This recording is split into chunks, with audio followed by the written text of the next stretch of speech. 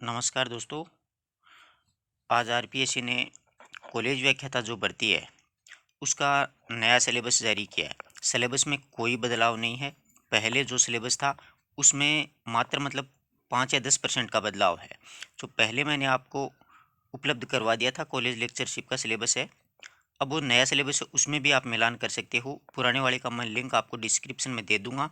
बहुत ही कम परिवर्तन है, मैं बता रहा हूँ, नाम मात्र का ही परिवर्तन है। जैसे तैयारी कर रहे थे वैसे ही तैयारी जारी रखें। देख लो चाहिए हिंदी भाषा का उद्भव और विकास। हिंदी भाषा की बोलियाँ राजस्थानी ब्रज, खड़ी बोली, अवधी, भोजपुरी।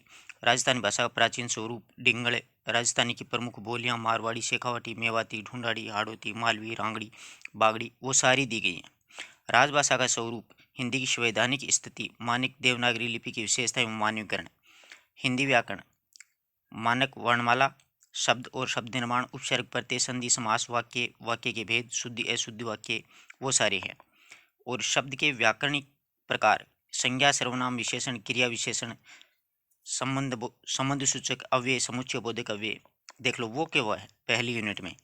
नेक्स्ट जो यूनिट है उसमें भी आप देख लीजिए से काव्य की परिभाषा, काव्य के लक्षण, काव्य के हेतु, काव्य के प्रयोजन, साहित्य का स्वरूप, भारतीय काव्य शास्त्र है तात्पर्य, रस सिद्धांत, साधारणीकरण साधारणीकरण, रस निष्पत्ति, ध्वनि सिद्धांत, वक्रोक्ति, अलंकार सिद्धांत सारे हैं।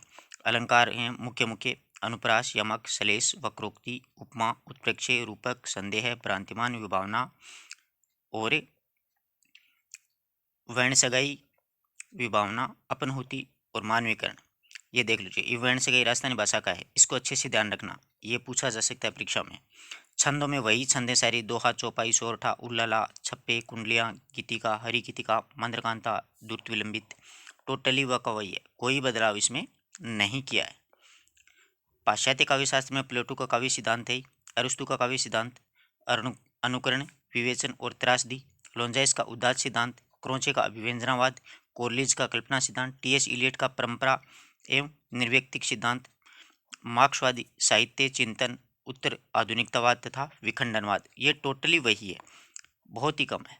अब चौथी जो इकाई है उसमें मुख्य रूप से जो पद्य की रचना है, पृथ्वीराज रासो का पद्मावती समय जोड़ा है, चंद प्रदायिक द्वारा, कबीर ग्रंथावली श्याम सुंदर दास के द्वारा संपादित प्रारंभिक 20 पद जोड़े हैं, गुरु के अंग विरह के पद, मीरा नरोत्तम स्वामी के द्वारा संपादित, बर्मर गीत सार आचार्य शुक्ल के संपादित 21 से 50, जयसी ग्रंथावली नागमती वियोग खंड है, तुलसीदास विनय पत्रिका वियोगरी के द्वारा, बिहारी रत्नाकर बाबू जगन्नाथ दास रत्नाकर के द्वारा संपादित, घनानंद विश्वनाथ प्रसाद मिश्र के द्वारा संपादित 1 से 25 तक, वो के वो पद हैं, कोई बदलाव नहीं है।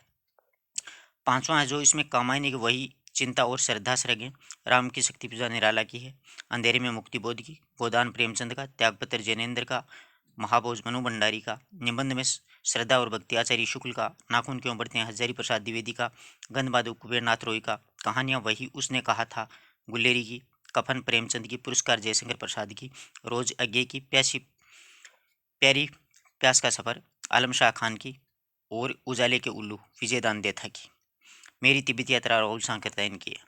देख लो पूरा का पूरा वो का वो है। पिछला जो सिलेबस अगर आपने नहीं चेक किया है तो मैं आपको उसका लिंक ज़रूर डिस्क्रिप्शन में दूंगा। आशा करता हूँ आपको अच्छे से सारी बात समझ में आएगी, एक एक यूनिट। अब आप लोग आराम से इसका स्क्रीनशॉट ले सकते हो। अगर आपके पास पीडीएफ उपलब्ध नहीं है तो बहुत से विद्यार्थियों की समस्या रहती है कि सर पीडीएफ उपलब्ध करवाओ। अब यार पीडीएफ मैं हर एक के पास तो पहुँचा नहीं सकता हूँ, तो आप स्क्रीनशॉट लीजिए। एक इकाई का ले लिया, अब आप दूसरी इकाई का आराम से लीजिए, चलो दोनों का साथ ही ले लीजिए, कोई दिक्कत। अब आप चौथी जो इकाई है इसका स्क्रीनशॉट लीजिए आराम से।